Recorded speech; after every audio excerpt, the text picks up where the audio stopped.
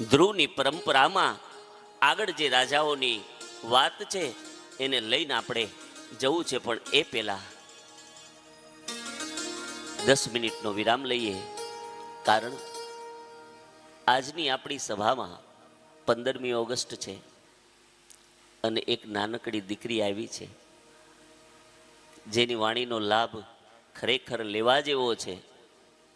અને ઘણી જગ્યાએ રામેશ્વરની અંદર એટલું સરસ બોલે છે કે જ્યારે એની વાણીમાં માં સરસ્વતીનો વાસ હોય. રાષ્ટ્રને સંબોધન કરી આ નાનકડી દીકરી એના વિચારોને જાણો કે આ દીકરીના વિચારો કેટલા મહાન છે.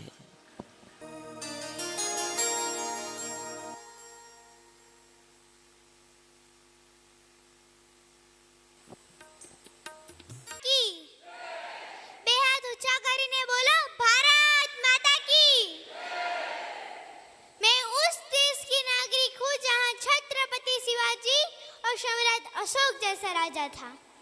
मैं उस देश के नागरिक हूँ जहाँ दाल दाल पर सोने की चिड़िया को पाया जाता था।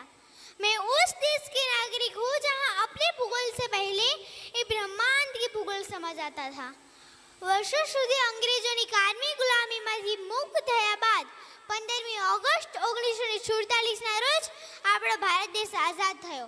ભારત તેના 78મા સ્વતંત્ર દિનની ઉજવણી કરવા જઈ રહ્યું છે ત્યારે દેશ અને વિદેશના વસતા દરેક ભારતીયના હૃદયમાં એક ઉમંગ અને ઉલ્લાસની લાગણી છે.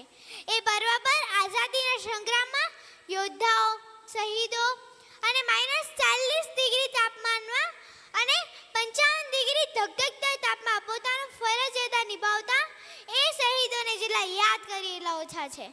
એમના ચરણોમાં વંદન કરી હું દશલાણા ગામની દીકરી પેટ્રોલિઝમ એટલે કે રાષ્ટ્રભક્તિ વિશે મારા વિચારો રજૂ કરીશ. क्या है देशभक्ति? जब तानाजी माधो साहेब छत्रपति शिवाजी महाराज का स्वराज का सपना अपने कंधे पर उठा लेते हैं, वो है राष्ट्रभक्ति. जब जमशेदजी दाता भारत के रोजगार के सृजन हेतु अपनी पूरी संपत्ति दान में दे देते हैं, वो है राष्ट्रभक्ति. भारत के कोने कोने में आकाश सोला जगाने के लिए भगत सिंह, राजगुरु, सुखदेव तीनों इंकलाब के जिंदाबाद नारे बोलते हुए फांसी के फंदे चढ़ जाते हैं, वो है राष्ट्रभक्ति. एक घर की गरीबी देखकर गांधी जी अपनी पूरी जिंदगी सिर्फ धोती पहन के जी लेते हैं, वो है राष्ट्रभक्ति. क्या है राष्ट्रभक्ति? राष्ट्रभक्ति बहुत बड़ी संज्ञा नहीं है. राष्ट्रभक्ति सिर्फ वो है नेशन फर्स्ट सेल्फ लास्ट. इस सिद्धांत को आगे ले जाने के लिए हम युवाओं को आगे आना होगा. हमको भारत के संग्राम में भाग लेने का मौका नहीं मिला तो क्या हुआ, परंतु यहाँ बैठे युवाओं में जो भी क्षमता है इसमें कुशलता प्राप्त कर भारत को आगे ले जाने में मदद कर सकते हैं. अध्यात्म में रुचि रखने वाला युवा धर्म का प्रचार करे. शास्त्रों में रुचि रखने वाला युवा सहयोजनी नाड़ू बनकर विदेशों में भारतीय संस्कृति का प्रचार करे. तकनीक जानने वाला युवा अब्दुल कलाम बने. IIT NIT से बनने वाला युवा नासा के लिए नहीं परंतु इसरो के लिए काम करे. हम हॉकी, फुटबॉल या क्रिकेट खेले तो उसे भारत के लिए खेले. कोई ईमानदार दौड़कर नारी सशक्तिकरण का उदाहरण देती हुई गोल्ड मेडल जीते तो उसे भारत के लिए जीते. हमारे गांव की युवा अपनी शक्ति पहचान कर आगे आए और देश हित में नीरज चोपड़ा की तरह भाला फेंके. रचना ऐसी रची जाए कि साहित्य का नोबेल पुरस्कार भारत को मिले. हम शिष्टाचार यूं अपने कि जापान से पहले हमारा नाम हो. जो युवा दौड़ सकता है दौड़े, जो युवा चल सकता है चले, जो युवा रेंग सकता है रेंगे, परंतु भारत का हर नागरिक अपने कर्तव्य का निर्वहन अवश्य करे. और सिंह की गर्जना की भांति प्रत्येक युवा आघोष करे कि उठो जवान देश की वसुंधरा पुकारती, उठो जवान देश की वसुंधरा पुकारती, या देश है पुकारता माँ भारत की पुकारती. युवा को देश का वसंत कहा जाता है, परंतु आज के युवाओं को देखते हैं कि 4 बोतल वोदका, काम मेरा रोज का, पान की दुकान पे सिगरेट बुले फूकते हुए लड़कियों की छेड़छाड़, यही मात्र युवा की परिक्रमा रह गई है. युवा कैसा होना चाहिए? जो संजीवनी बुद्धि लाने में अदम्य में साहस रखे, जो गोवर्धारी बनकर मर्यादा पुरुषोत्तम की रक्षा करे. लक्ष्मीबाई का युद्ध, नंगेली का समर्पण, पद्मिनी का आत्मसम्मान, सीता का संयम, जलकारी के दायित्व के साथ साथ आदि गुरु शंकराचार्य, माधवाचार्य, निबाणाचार्य, पंचम मूलम जगत गुरु श्री कृपालु जी महाराज का ग्रंथ तत्व ज्ञान हो. सर्वे संतु नियमया सर्वे भवन सुखीना का उदाहरण पेश करके चाहे श्रीलंका में आपकार हो, भ्रातृ नेपाल हो, अफगानिस्तान में अकाल विकराल हो या कोरोना में हाहाकार हो, इन सब में वो आ गया है। આપણી ગુજરાતીમાં કહેવત છે ને, ખતના ઘોડ થન કે નહીં ને આત્મા વિંચે પાંખ, અણદીધેલ ભોમ બને નૈવનમાં દે ભાગ। पूरे विश्व को आशा का किरण एक भारत की ओर है। पूरे विश्व को लगता है कि शांति के साथ न सिर्फ भारत कर सकता है, क्योंकि एक पात्र देश है जहाँ नए दिमाग है, नए जोश है, नए जुनून तथा विराक्रम, शौर्य, अग्नि जैसा जल्दी शीतलता जैसे आकाश, स्थिरता का आबादी वाला देश मेरा भारत देश है। और वैशाली पूरे विश्व में विश्व गुरु बनकर और सबसे आगे मेरा भारत देश है। सभी को एक सोच बनाने की जरूरत है और अपना कर्तव्य पूरी ईमानदारी से निभाने की जरूरत है।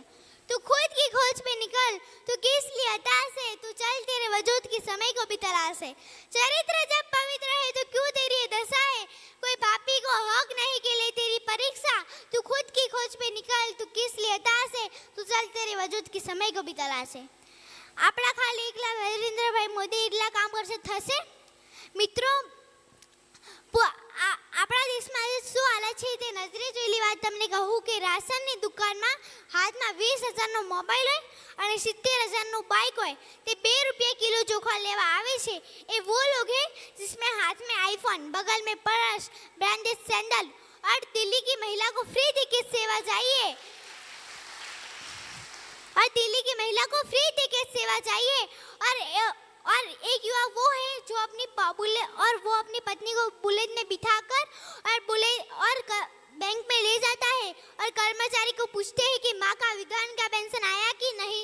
ये सब फ्री की चीजों को छोड़ना होगा और भारत के हित के लिए समय पर प्रत्यक्ष भुतकाल करना होगा, तब जाकर देश विश्व गुरु बनेगा। आज हम देखते हैं कि महिला सुरक्षा मामले में चौथे नंबर पे है। वो दौर था जब द्रौपदी के पुकाने में कृष्ण आया करते थे। आज मोबाइल में वीडियो उतारने की होड़ लगी है, इसलिए सभी स्त्रियों को सक्सेस होना होगा और अपनी रक्षा खुद करनी होगी, क्योंकि दुर्योधन ने दुशासन पग पर बन औरत खड़े, कुछ कुटिल काल के अन्यायी है सकोने से शैतान बड़े। कलियों कोमल मूरत को कर देंगे पल में तार तार, मन के सारे श्रृंगार कर देंगे क्षण में क्षर क्षर। रंजन देगा तू रूप धर, हर राक्षसों पर तू कर प्रहार। अरे पानी तक ना मांग सके वो जो तुम पर आंख उठाएंगे, तब तुम खुद अपना चीर बचा लो। कृष्ण कहाँ तक आएंगे, कृष्ण कहाँ तक आएंगे। वो अपनी छोटी बच्ची है, इसको बहुत संभाल कर मत रखना, इसको दुश्मन भाई देने के लिए सशक्त करना, क्योंकि गुदिया जैसे शौक तुम्हारे गुदिया सी बन जाती हो, वीर प्रसूता होकर भी पलकल क्यों नहीं बहाती हो। अरे शक्ति स्वरूप हो तुम, जगदम्बा के अवतारी हो, क्या दुर्योधन क्या दुशासन, तू तो स्वयं काल पारी हो।